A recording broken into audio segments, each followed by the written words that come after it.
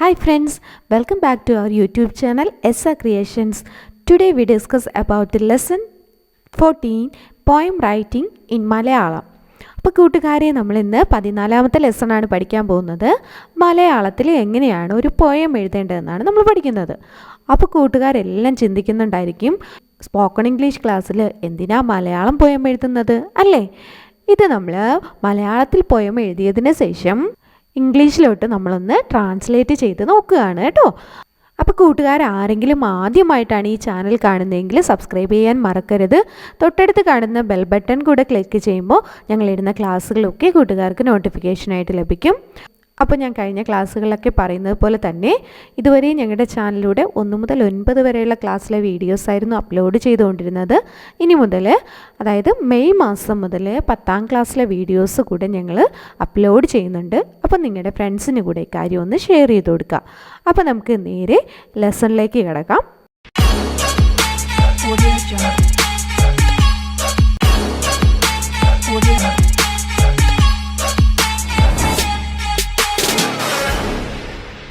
Lesson 14 poem writing in Malayalam. അപ്പോൾ കൂട്ടുകാർക്ക് എല്ലാവർക്കും പോയം എന്താണെന്ന് അറിയാം അല്ലേ? കുഞ്ഞു കവിതകളാണ്, കുട്ടിക്കവിതകളും കുഞ്ഞു കവിതകളും ഒക്കെ കൂട്ടുകാർക്ക് വളരെ ഇഷ്ടമാണല്ലേ?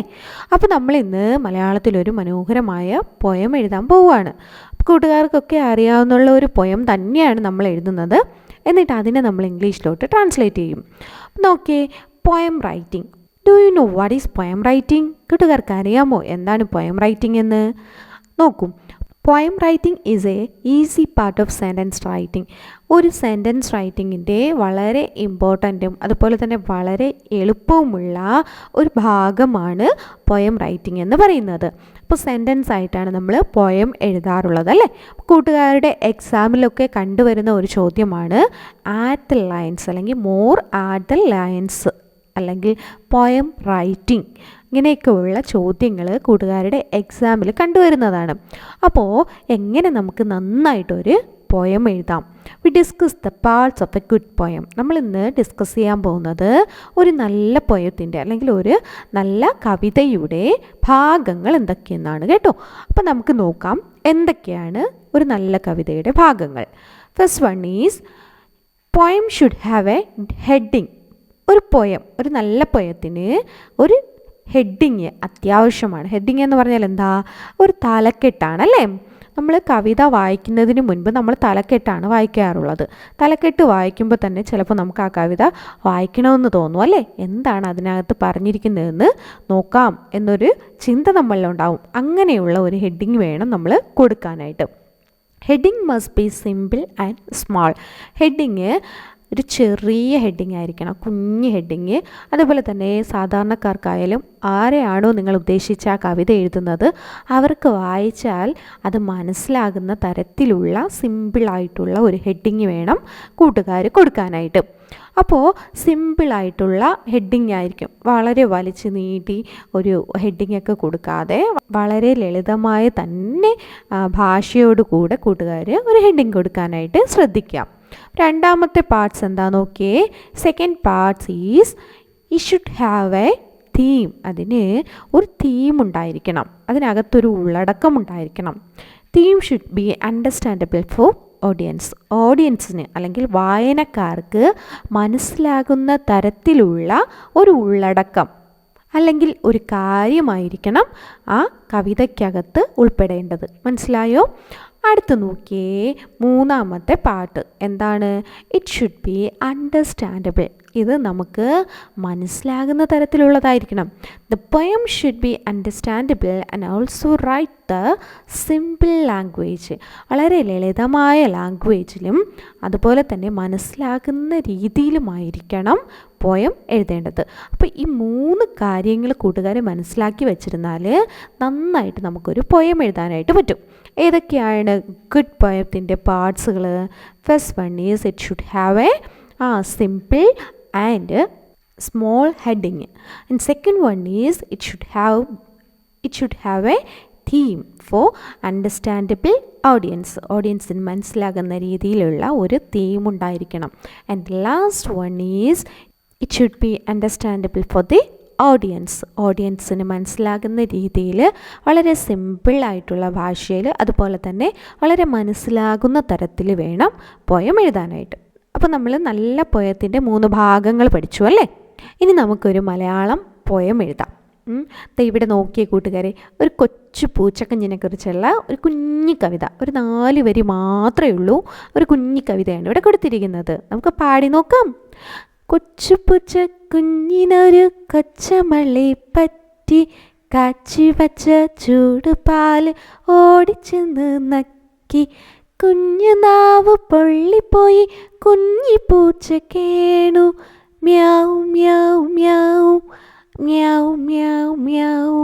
കൊച്ചു പൂച്ചക്കുഞ്ഞിനൊരു കൊച്ചമള്ളി പറ്റി, കാച്ചി വച്ച ചൂടുപാൽ ഓടിച്ചെന്ന് നക്കി, കുഞ്ഞു നാവ് പൊള്ളിപ്പോയി കുഞ്ഞി പൂച്ച കേണു, മ്യാവ് മ്യാവ് മ്യാവ് മ്യാവ് മ്യാവ് മ്യാവ്. കൂട്ടുകാരെ, കവിത ഇഷ്ടമായോ? ഇഷ്ടമായല്ലേ?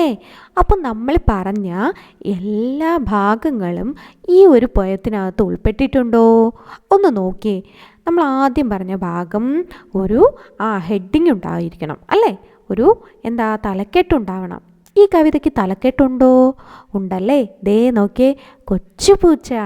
വളരെ സിമ്പിളായിട്ടുള്ള ഒരു കുഞ്ഞ് തലക്കെട്ടാണ് ഇവിടെ കൊടുത്തിരിക്കുന്നത്. അടുത്ത് നോക്കിയേ, ഒരു 4 വരി കവിത അല്ലേ? ഇത് കൂട്ടുകാർക്കൊക്കെ മനസ്സിലാകുന്ന തരത്തിലല്ലേ എഴുതിയിരിക്കുന്നത്? അതോ വളരെ വലിച്ചു നീട്ടി കൂട്ടുകാർക്ക് മനസ്സിലാകാത്ത തരത്തിൽ എന്തെങ്കിലും വാക്കുകളുണ്ടോ? ഇല്ല അല്ലേ? നോക്കിയേ, കുഞ്ഞു കുഞ്ഞു വാക്കുകൾ വെച്ച് എല്ലാവർക്കും ഒരു പ്രാവശ്യം വായിക്കുമ്പോൾ തന്നെ മനസ്സിലാവും അല്ലേ? ഒരു കുഞ്ഞു പൂച്ചയ്ക്ക് ഒരു കൊച്ചബദ്ധം പറ്റി. എന്താണ്?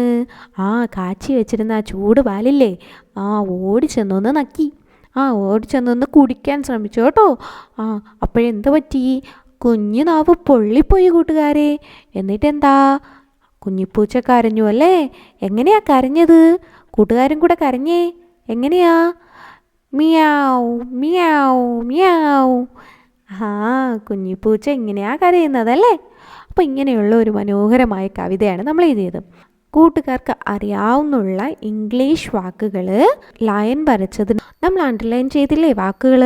അതിൻ്റെ ഇംഗ്ലീഷ് വേർഡ്സ് നമ്മൾ ഡിക്ഷണറി നോക്കിയോ അല്ലെങ്കിൽ കൂട്ടുകാരുടെ അച്ഛനോടോ അമ്മയോടോ ഒക്കെ ചോദിച്ചുകൊണ്ട് കൂട്ടുകാർക്ക് ഇവിടെ എഴുതി വയ്ക്കാം.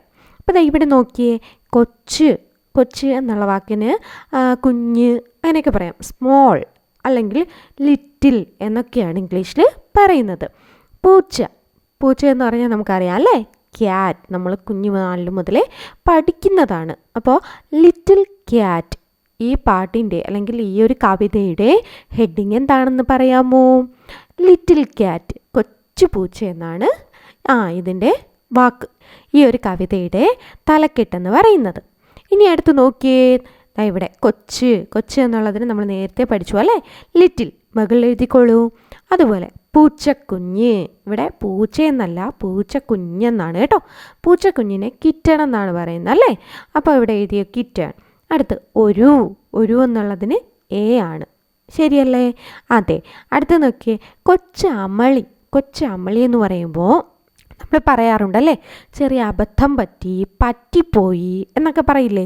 അതാണ് കൊച്ച് അമളി എന്ന് പറയുന്നത്. അപ്പോൾ എല്ലാ വാക്കുകൾക്കും, നമ്മുടെ മലയാളത്തിലെ എല്ലാ പദങ്ങൾക്കും ഇംഗ്ലീഷിൽ അതേപടി അർത്ഥമുണ്ടാകണമെന്നില്ല. അപ്പോൾ നമ്മൾ എന്ത് ചെയ്യണം? മലയാളത്തിൻ്റെ പദങ്ങളൊക്കെ ഒന്ന് മാറ്റിപ്പിടിക്കണം. അതുമായിട്ട് സാമ്യമുള്ള മലയാള പദം നോക്കുക. ഇവിടെ നോക്കിയേ, കൊച്ചമളി മലയാള പദമാണ്. കൊച്ച് അബദ്ധം എന്നാണ് ഇതിൽ ഉദ്ദേശിക്കുന്നത്. നോക്കിയേ, കൊച്ചബദ്ധം പറ്റി, സ്മോൾ മിസ്റ്റേക്ക്. അടുത്ത് പറ്റുക എന്നുള്ളതിന് മെറ്റ് എന്നാണ് അർത്ഥം. മെറ്റ് എന്നാണ് ഇംഗ്ലീഷിൽ പറയാറുള്ളത്. ഇനി നോക്കിയേ, കാച്ചി വെച്ച എന്ന് പറയുമ്പോൾ നമ്മൾ ഇട്ട് വെച്ച അല്ലെങ്കിൽ തിളപ്പിച്ച് വെച്ച എന്ന് പറയാറില്ലേ? അതാണ് പറയുന്നത് കേട്ടോ, ബോയിൽഡ്.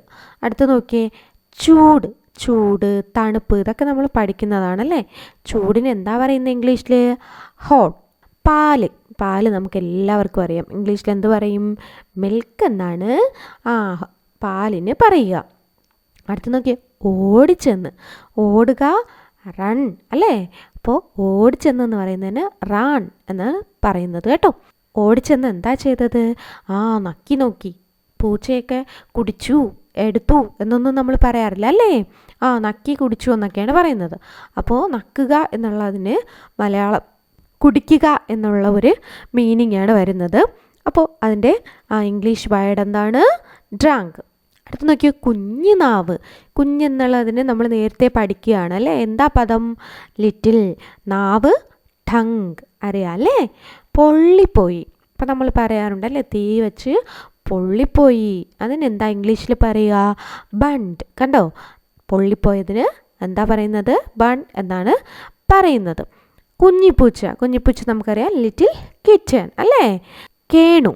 കേണു എന്നതിന് മലയാളത്തിൽ എന്താ പറയുക? നമ്മൾ കരഞ്ഞു എന്നാണ് കേട്ടോ. അപ്പോൾ ഇംഗ്ലീഷിൽ പറഞ്ഞോളൂ, സ്റ്റാർട്ടഡ് ക്രൈയിങ്. കരയാൻ തുടങ്ങി അല്ലെങ്കിൽ കരഞ്ഞു എന്നുള്ള അർത്ഥമാണ്. അടുത്ത് നോക്കിയേ, മ്യാവ് മ്യാവ് മ്യാവ്. ഇത് പൂച്ചകൾ വിളിക്കുന്ന ഒരു സൗണ്ടാണ്. അത് നമുക്ക് അതേപടി തന്നെ എഴുതിയാൽ മതി കേട്ടോ. അപ്പോൾ നമുക്കിനി ഇതിനെ ഇംഗ്ലീഷിലോട്ട് മാറ്റിയത് നോക്കാം. Poem in English. The little kitten. The little kitten met with a small mistake. It ran and drank the boiled milk in a hurry. The little tongue was burned and it started crying. Meow, meow, meow, meow. അപ്പോൾ കൂട്ടുകാരെ മനസ്സിലായോ? ഇനി നിങ്ങൾ മലയാളം കവിതയുമായിട്ട് ഒത്തുവെച്ച് നോക്കണം കേട്ടോ. അപ്പോൾ ഇതുപോലെ കൂട്ടുകാരും ഒരു കുഞ്ഞു പോയം എടുത്തതിന് ശേഷം അതിൻ്റെ അർത്ഥങ്ങൾ എഴുതി വയ്ക്കുക. അതിന് ശേഷം അതിനെ ഇംഗ്ലീഷിലോട്ട് ട്രാൻസ്ലേറ്റ് ചെയ്യാനായിട്ട് ശ്രമിക്കുക കേട്ടോ. അപ്പോൾ നമ്മുടെ എക്സസൈസ് നോക്കി, try to write a poem. ഒരു പോയം എഴുതാനായിട്ട് കൂട്ടുകാർ ശ്രമിക്കുക. Try to understand the word meaning. അതിൻ്റെ വേർഡ്സിലെ മീനിങ് ഉണ്ടല്ലോ, അർത്ഥങ്ങൾ അല്ലെങ്കിൽ ഇംഗ്ലീഷിലെ വേർഡുകൾ അറിയാമോ? ഈ കാര്യങ്ങളൊക്കെ ഒന്ന് മനസ്സിലാക്കാൻ ഇത് കൂട്ടുകാരെ സഹായിക്കും. അപ്പോൾ കൂട്ടുകാരെ നമ്മൾ ഇന്ന് 14ാമത്തെ ലെസണാണ് പഠിച്ചത്. അപ്പോൾ കൂട്ടുകാർ ഒരു പോയം എഴുതി അതിനെ ഇംഗ്ലീഷിലേക്ക് ട്രാൻസ്ലേറ്റ് ചെയ്യാനായിട്ട് നന്നായി പഠിക്കുക കേട്ടോ. ഇതിലൂടെ കൂട്ടുകാർക്ക് കൂടുതലായിട്ട് ഇംഗ്ലീഷ് ഇമ്പ്രൂവ് ചെയ്യാനും അതുപോലെ തന്നെ കുറേ വേർഡ്സുകളൊക്കെ എഴുതാനൊക്കെ പഠിക്കാൻ പറ്റും. അപ്പോൾ കൂട്ടുകാർക്ക് ക്ലാസ്സുകൾ ഇഷ്ടമാവുകയാണെങ്കിൽ ലൈക്ക് ചെയ്യുക, നിങ്ങളുടെ കൂട്ടുകാർക്ക് കൂടെ ഷെയർ ചെയ്ത് കൊടുക്കുക. കൂട്ടുകാർക്ക് എന്തെങ്കിലും അഭിപ്രായങ്ങളും നിർദ്ദേശങ്ങളും ഉണ്ടെങ്കിൽ കമൻറ്റ് ബോക്സിലൂടെ ഞങ്ങൾ അറിയിക്കുക. അപ്പോൾ അടുത്ത ക്ലാസ്സിൽ നമുക്ക് ഒരുമിച്ച് കാണാം. Thank you for watching.